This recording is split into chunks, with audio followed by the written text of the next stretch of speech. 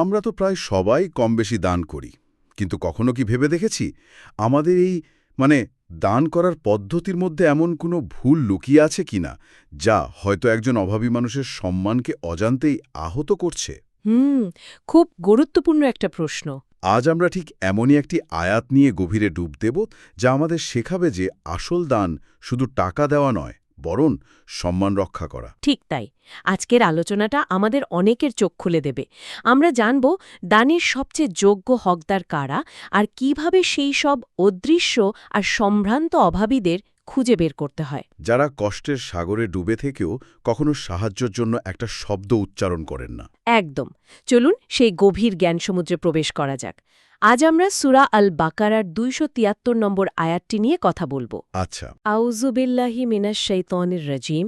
লিল ফুকারাইল্লাযীনা উহসিরু ফি সাবিলিল্লাহি লা ইয়াস্তাতিউনা দারবান ফিল আরদি ইয়াহসাবুহুমুল জাহিলু আগনিয়াআ মিনাত তাআফফুফি তারিফুহুম বিসীমাহুম লা ইয়াসআলুনা আন-নাসা ইলহাফা ওয়া মা তুনফিকু মিন খাইরিন ফাইন্নাল্লাহা বিহি আলিম। এর বাংলা অর্থটা যদি একটু বলতেন। এর বাংলা অর্থ হল, দান সাদকা প্রাপ্য সেই সব অভাবী লোকদের যারা আল্লাহর পথে এমনভাবে আটকে আছে যে জীবিকার সন্ধানে জমিনে ঘোরাফেরা করতে পারে না। তারা কারো কাছে হাত পাতে না বলে অজ্ঞ লোকেরা তাদের অভাব মুক্ত বা ধনী মনে করে। তুমি তাদের লক্ষণ দেখে চিনতে পারবে। তারা মানুষের কাছে নাছোড় বান্দা হয়ে কিছু চায় না, আর তোমরা ভালো যা কিছু ব্যয় করো আল্লাহ সে সম্পর্কে সম্যক অবগত। এই অনুবাদের কয়েকটা অংশ আমার কানে বেশ অন্যরকমভাবে বাজছে। বিশেষ করে এই লাইনটা, অজ্ঞ লোকেরা তাদের অভাব মুক্ত মনে করে। এই ধারণাটাই তো বেশ ধাক্কা দেওয়ার মতো। তার মানে আমাদের চারপাশে এমন মানুষ আছেন যারা অভাবী, কিন্তু আমরা তাদের ধনী ভাবছি। এটা তো আমাদের পুরো দৃষ্টিভঙ্গিকেই প্রশ্নবিদ্ধ করে। ঠিক এই জায়গাতেই তো আয়াতটির আসল সৌন্দর্য। এটা আমাদের শেখাচ্ছে যে দারিদ্র্য মানেই ছেঁড়া কাপড় বা মলিন চেহারা নয়, বরং সত্যিকারের দারিদ্র্য অনেক সময় কনিমথি বা সম্মানের চাদরে ঢাকা থাকে। এই আয়াতের ঐতিহাসিক প্রেক্ষাপটটা জানলে বিষয়টা আরও পরিষ্কার হবে। আচ্ছা, এটি মূলত আসহাবে সুফফাদের শনে নাজিল হয়েছিল। আসহাবে সুফফা, এদের সম্পর্কে আমরা প্রায়ই শুনে থাকি। এরা কারা ছিলেন, যদি একটু বিস্তারিত বলতেন? তারা ছিলেন মূলত মক্কার মুহাজির সাহাবি, মানে মক্কায় নিজেদের বাড়ি, সম্পত্তি, ব্যবসা সবকিছু ছেড়ে দিয়ে আল্লাহর রাসূলের ডাকে সাড়া দিয়ে তারা মদিনায় হিজরত করেছিলেন। আচ্ছা। তো মদিনায় তাদের কোনো আশ্রয় বা কোনো কাজ ছিল না। তাই তারা মসজিদে নববীর একটা উঁচু চত্বরে থাকতেন, যাকে আরবিতে সুফফা বলা হয়। ও, সুফফা থেকে আসহাবে সুফফা। হ্যাঁ, সেখান থেকেই তাদের পরিচয় হয় আসহাবে সুফফা বা সুফফার অধিবাসী। কিন্তু একটা প্রশ্ন মনে আসছে, নিজেদের জীবন উৎসর্গ করাটা নিঃসন্দেহে মহৎ, কিন্তু তার জন্য পুরোপুরি অন্যের সাহায্যের উপর নির্ভরশীল হয়ে থাকা, এটা কি তৎকালীন সমাজে এক ধরনের বোঝা তৈরি করেনি? মানুষ এটাকে কিভাবে দেখত? এটা খুবই গুরুত্বপূর্ণ এবং একটি যৌক্তিক প্রশ্ন। বাইরে থেকে দেখলে হয়তো মনে হতে পারে তারা সমাজের জন্য বোঝা ছিলেন, কিন্তু বাস্তবতা ছিল ঠিক তার উল্টো। তাই নাকি? তারা আসলে পুরো মুসলিম উম্মার পক্ষ থেকে একটা ফার্জে কিফায়া বা বলা যায় একটা সামষ্টিক দায়িত্ব পালন করছিলেন। সামষ্টিক দায়িত্ব? সেটা কিরকম? তাদের একমাত্র কাজ ছিল ২৪ ঘণ্টা রসুল সাল্লাল্লাহু আলাইহি সাল্লামের সান্নিধ্যে থাকা, কোরআনের প্রতিটি আয়াত নাজিল হওয়ার সাথে সাথে তা মুখস্থ করা, হাদিস সংরক্ষণ করা এবং যে কোনো মুহূর্তে জিহাদের জন্য প্রস্তুত থাকা। একদম। তারা ছিলেন ইসলামের প্রথম জ্ঞানকেন্দ্রের সার্বক্ষণিক ছাত্র ও গবেষক। এই বিশাল দিনী দায়িত্ব পালনের জন্যই তাদের পক্ষে দুনিয়াবি কাজে সময় দেওয়া সম্ভব ছিল না। অর্থাৎ তারা নিজেদের নয়, বরং পুরো উম্মার ভবিষ্যতের জন্য বিনিয়োগ করছিলেন। ঠিক। তাদের আত্মসম্মানবোধ এতটাই প্রবল ছিল যে সহিহ হাদিসে এসেছে তারা ক্ষুধার জ্বালায় পেটে পাথর বেঁধে রাখতেন, কিন্তু লজ্জায় কারো কাছে হাত পাততেন না। সুবহানাল্লাহ। তাদের এই নীরব আত্মত্যাগের প্রতি সম্মান জানিয়েই আল্লাহ ধনীদের নির্দেশ দিলেন যে দানের জন্য রাস্তায় ভিক্ষুক খোঁজার আগে তোমাদের প্রথম দায়িত্ব হল এই জ্ঞান সাধকদের খুঁজে বের করে সম্মানের সাথে সাহায্য করা। তার মানে আয়াতটি আমাদের বলছে দানের অগ্রাধিকার কারা পাবে। চলুন আয়াতের শব্দগুলোর গভীরে প্রবেশ করি। যেমন এখানে বলা হয়েছে যারা আল্লাহর পথে এমনভাবে আটকে আছে, এই আটকে থাকার মানে কি? এখানে সিরু বা আটকে আছে শব্দটি খুব তাৎপর্যপূর্ণ। এর মানে এমন নয় যে তারা শারীরিকভাবে বন্দী, তাহলে বরং এর মানে হল তারা দিনের বৃহত্তর স্বার্থে নিজেদেরকে দুনিয়াবী ব্যস্ততা থেকে স্বেচ্ছায় আবদ্ধ করে নিয়েছেন। তারা চাইলেই ব্যবসা-বাণিজ্য করে অনেক অর্থ উপার্জন করতে পারতেন, কিন্তু তারা জ্ঞানার্জন এবং দিনের খিদমতকে বেছে নিয়েছেন। একালেও তো এমন মানুষ আছেন। অবশ্যই আছেন। যেমন আজকের দিনে আমরা কাদেরকে এর সাথে তুলনা করতে পারি? যেমন ধরুন, একজন মেধাবী ছাত্র যিনি ইসলামিক স্টাডিজে উচ্চতর গবেষণা করছেন এবং এর জন্য নিজের পুরো সময় উৎসর্গ করেছেন। অথবা একজন আলেম যিনি মুসলিম সমাজের কোনো বড় বুদ্ধিবৃত্তিক সংকট নিয়ে কাজ করছেন। কিংবা একজন দায়ী? হ্যাঁ, কিংবা একজন দায়ী যিনি নিজের আরাম আয়েশ ত্যাগ করে ইসলামের বাণীর প্রচারে জীবন উৎসর্গ করেছেন। সময়ের অভাবে এদের অনেকের পক্ষেই নিয়মিত উপার্জন করা কঠিন। এরা সবাই আধুনিক যুগের আসহাবে সুফফার প্রতিচ্ছবি। আর যে অংশটা আমাদের সবচেয়ে বেশি ভাবাচ্ছে, তাদের পোশাক-আশাক বা চালচলন দেখে ধনী মনে হয়, এর কারণ কি? কারণ হল তাদের তাআফফুফ। তাআফফুফ।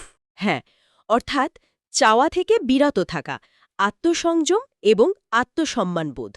তারা ছেঁড়া ফাটা কাপড় পরেন না, মানুষের সামনে কান্নাকাটি করে নিজের দুর্দশার কথা বলেন না। তাদের জামাকাপড় পরিষ্কার থাকে, মুখে হাসি লেগে থাকে।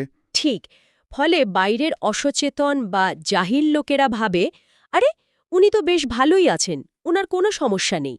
তাদের অভাবটা থাকে চার দেয়ালের ভেতরে, যা কেবল সংবেদনশীল এবং বুদ্ধিমান মানুষরাই ধরতে পারে। এখানেই তো মূল চ্যালেঞ্জটা।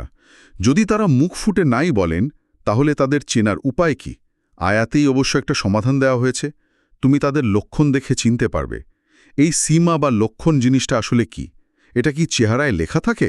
সীমা বা লক্ষণ মানে কোনো স্পষ্ট বাহ্যিক চিহ্ন নয়। এর মানে হল আল্লাহ ধনীদের ওপর এই দায়িত্ব দিয়েছেন যে তারা যেন তাদের অন্তর্দৃষ্টি বা ফেরাসাত দিয়ে এদেরকে চিনে নেয়। অন্তর্দৃষ্টি বা ফেরাসাত। কিন্তু সেই কষ্টের ওপর আত্মসম্মানের একটা দৃঢ় আবরণ দেওয়া। মুখে হাসি থাকলেও চোখ দুটো হয়তো অন্য কথা বলছে। এই সূক্ষ্ম লক্ষণ চেনার ক্ষমতাই হল ফেরাসাত, যা একজন মুমিনের থাকা উচিত। এটা অনেকটা গোয়েন্দার মতো কাজ। গোয়েন্দার মতো কাজ, দারুণ বলেছেন। এরপর আয়াতে আরেকটি গুরুত্বপূর্ণ শব্দ আছে, ইলহাফ। বলা হয়েছে তারা মানুষের কাছে ইলহাফ করে কিছু চায় না। এই ইলহাফ শব্দটার বিশেষত্ব কি? ইলহাফ শব্দটি আরবি লেহাফ থেকে এসেছে, যার অর্থ লেপ বা কম্বল, যা শরীরকে জড়িয়ে ধরে। আচ্ছা, ইলহাফ মানে হল ঠিক সেভাবেই কাউকে কথায় বা আচরণে জড়িয়ে ধরা, অর্থাৎ পিছু লেগে থাকা, বারবার বিরক্ত করে বিব্রত করে কিছু আদায় করা। ও আচ্ছা, মানে নাছোড়বান্দা হয়ে চাওয়া। একদম। এই সম্মানিত অভাবী মানুষেরা কখনো এটা করেন না। খুব বিপদে না পড়লে তারা চানই না।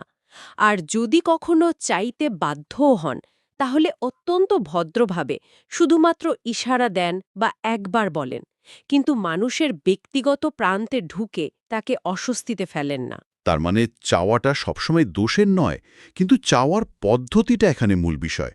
আত্মসম্মান বোধ সম্পন্ন মানুষ প্রয়োজনে সাহায্য চাইলেও এমনভাবে চায় যা দাতার জন্য কোনো অস্বস্তির কারণ হয় না। ঠিক, এটা একটা খুব গুরুত্বপূর্ণ পার্থক্য। এই সীমা বা লক্ষণ চেনার ব্যাপারটা তো বেশ সূক্ষ্ম। আমার মনে হয় আমাদের চারপাশে চেনা জানা জগতের মধ্যে যদি কিছু উদাহরণ নিয়ে ভাবি, তাহলে বিষয়টা আমাদের জন্য আরও পরিষ্কার হবে। অবশ্যই, বাস্তব উদাহরণ ছাড়া এই আয়াতের গভীরতা পুরোপুরি বোঝা কঠিন। যেমন ধরুন, আমাদের কওমি মাদ্রাসা বা এতিমখানার অনেক নিবেদিত প্রাণ শিক্ষক আছেন, যারা অত্যন্ত সামান্য বেতনে চাকরি করেন। হয়তো মাস শেষে ছেলে মেয়ের জন্য ভালো খাবার বা একটা নতুন জামা কিনে দেওয়ার সামর্থ্য তাদের নেই। কিন্তু তারা কখনো মুখ ফুটে কাউকে কিছু বলেন না। এরা কি এ আয়াতের সরাসরি হকদার নন? নিঃসন্দেহে এরা এই আয়াতের অন্যতম প্রধান হকদার, কারণ তারাও তো আসহাবে সুফফার মতো উম্মার জ্ঞানার্জনের দায়িত্বই পালন করছেন। কিংবা ভাবুন সেই মধ্যবিত্ত পরিবারের প্রধানের কথা, যিনি ভালো একটা চাকরি করতেন, কিন্তু হঠাৎ চাকরিটা হারিয়েছেন। এখন তার ঘরে খাবার নেই, সন্তানের স্কুলের বেতন বাকি। কিন্তু আত্মসম্মানের ভয়ে তিনি পরিচিত কারো কাছে হাত পাততে পারছেন না। আবার সরকারি সাহায্যের লাইনেও দাঁড়াতে পারছেন না। এই নীরব কষ্টটা কে দেখবে? ঠিক, অথবা মসজিদের ইমাম বা মুয়াজ্জিন যারা খুব সামান্য ভাতায় চলেন। হয়তো তাদের বেতন বাড়ানোটা খুব প্রয়োজন, কিন্তু তারা মসজিদ কমিটির সদস্যদের সামনে মুখ ফুটে বলতে লজ্জা পান। আমার এক পরিচিত ছিলেন, খুব সম্ভ্রান্ত পরিবার, বিপদে পড়ে সবকিছু হারালেন। একদিন কথায় কথায় জানতে পারলাম তার বাসায় ৩ দিন ধরে ঠিকমতো রান্না হয়নি, বাচ্চাদের শুধু রুটি খাইয়ে রাখছেন। অথচ বাইরে থেকে বোঝার উপায়ই ছিল না। কোনো উপায়ই ছিল না সেদিন। আমি এই আয়াতের অর্থ প্রথমবার অন্তর দিয়ে অনুভব করি।